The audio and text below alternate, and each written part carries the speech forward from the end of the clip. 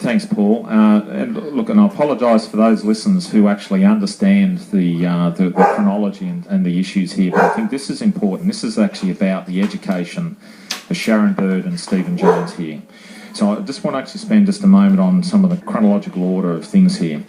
In September of 2009, a whistleblower blew the lid and alerted the authorities to say this is a fraud. In July 2011, Stephen Jones stood up in Parliament and he said that investors did everything right and we ticked all the right boxes from ASIC, and that's the last positive thing we actually heard out of Stephen Jones. In May 2012, a Parliamentary Joint Committee, which is the acronym is PJC, they reported and they actually found that fraud had occurred, and this was very different to the Storm and the West Point financial collapse. They were collapses. This was a fraud, and as this has been erroneously defined or described as a collapse, it is not a collapse, it is fraud, it is the theft of $170 million of retirees and people accumulating for retirement. And as Vicky just said, the biggest crime that's occurred in the Illawarra's history. This is the biggest crime in terms of money. About $40 million worth. That's right. The PJC report also said that the criminals, they took advantage of the vulnerabilities of the Australian financial system that APRA and ASIC are responsible for on our behalf. We had a meeting with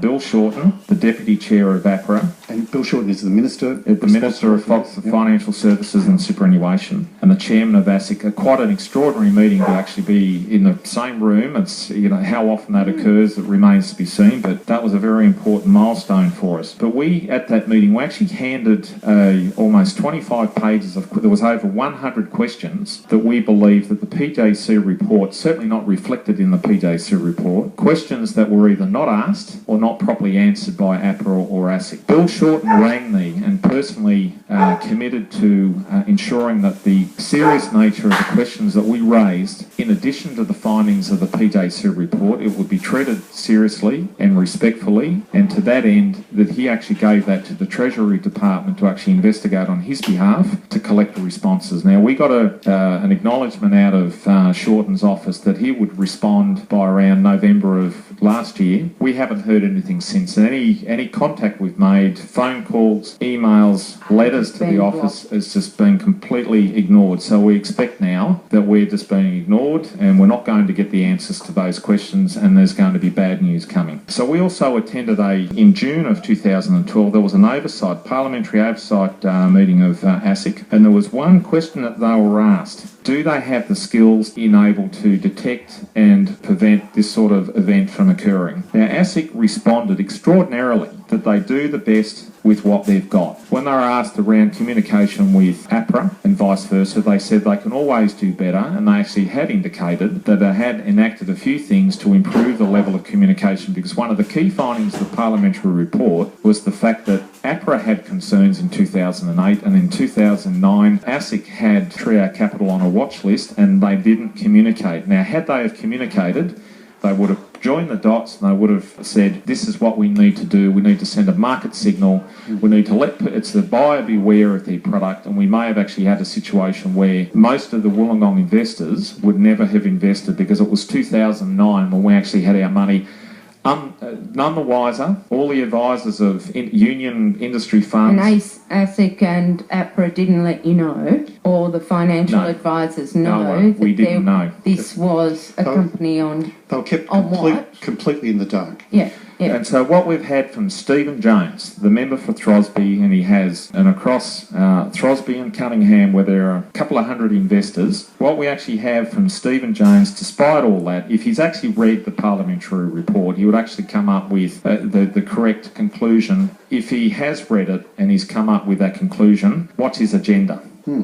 If he hasn't read the parliamentary report, which indicates from his public comments, indicates that he hasn't, then shame on him for not actually having read it. So either way, it's inexcusable for him to, since then, he singles out the investors as the one to blame. You made a poor investment and you got bad financial advice. He singles it down to the investor, and he is singling out the financial planners of self-managed super fund and direct investors. But doesn't single out those same investment managers from the industry funds who made the same decision to invest money in a Star Strategic Fund. In other words, not only is he wrong about the cause of the loss, which is that of a crime, not of a market failure. But he very perversely and maliciously, in the sense, runs a political agenda which is for the big industry funds.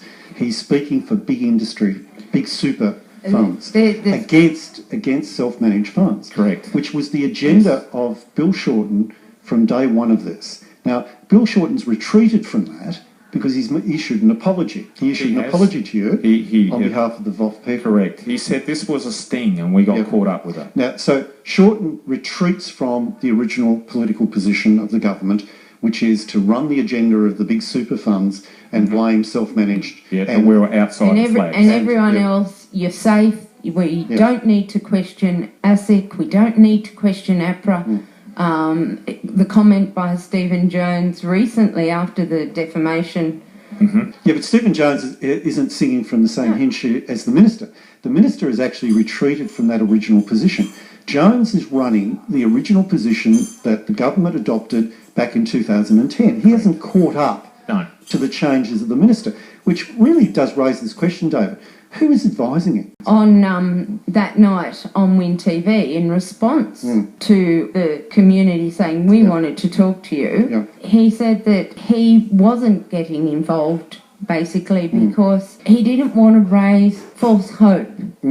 Now, with everything that has come out, you've had ASIC saying, oh yes, well, we basically could have done it better. You've got comments by Bill Shorten saying, yep, sorry, we got it wrong, it was a sting. Why is it some 12 months later that Stephen is not going in there and fighting for these people and fighting for the region? It's not just those who lost the money. This is money that would have been spent in the Illawarra.